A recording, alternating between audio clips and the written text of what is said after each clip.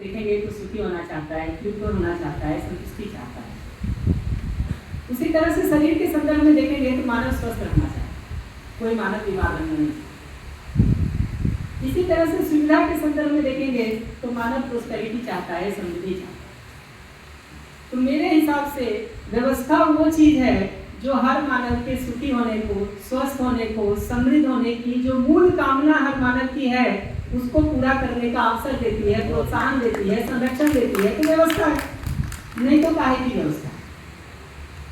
तो मूल रूप में जो मानव की कामना है ही एक सुखपूर्वक जीने की, एक स्वस्थ जीवन जीने की और सुविधा के मामले में समृद्धि को, प्रोस्पेरिटी को इंश्योर करने की, ये हैप्पीनेस, ये हेल्थ, ये प्रोस्पेरिटी जो हमारी फंडामेंटल कामना के रूप में है ही, उसको सर्व मानव के पूरा होने की सुलभता हो सके, अवसर हो सके, प्रोत्साहन हो सके, संरक्षण हो सके, ये व्यवस्था का मतलब।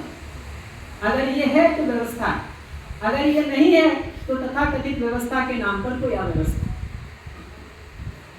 इस रूप में देखेंगे तो ये समझ में आता है कि व्यवस्था होने की एक मौलिक पहचान ये दिखाई देगी कि मानव अपने में सुख, समृद्धि और स्वास्थ्य को सुनिश्चित किए। हमारे सुख, समृद्धि और स्वास्थ्य की एक मौलिक पहचान ये दिखाई देती है कि जब भी हम खुद आराम में होते हैं, सुखी रहते हैं, समृद्ध रहते हैं, तो परस्परता में दूसरे मनुष्य को भी सुखी, समृद्ध होने में हम सहयोग करते हैं।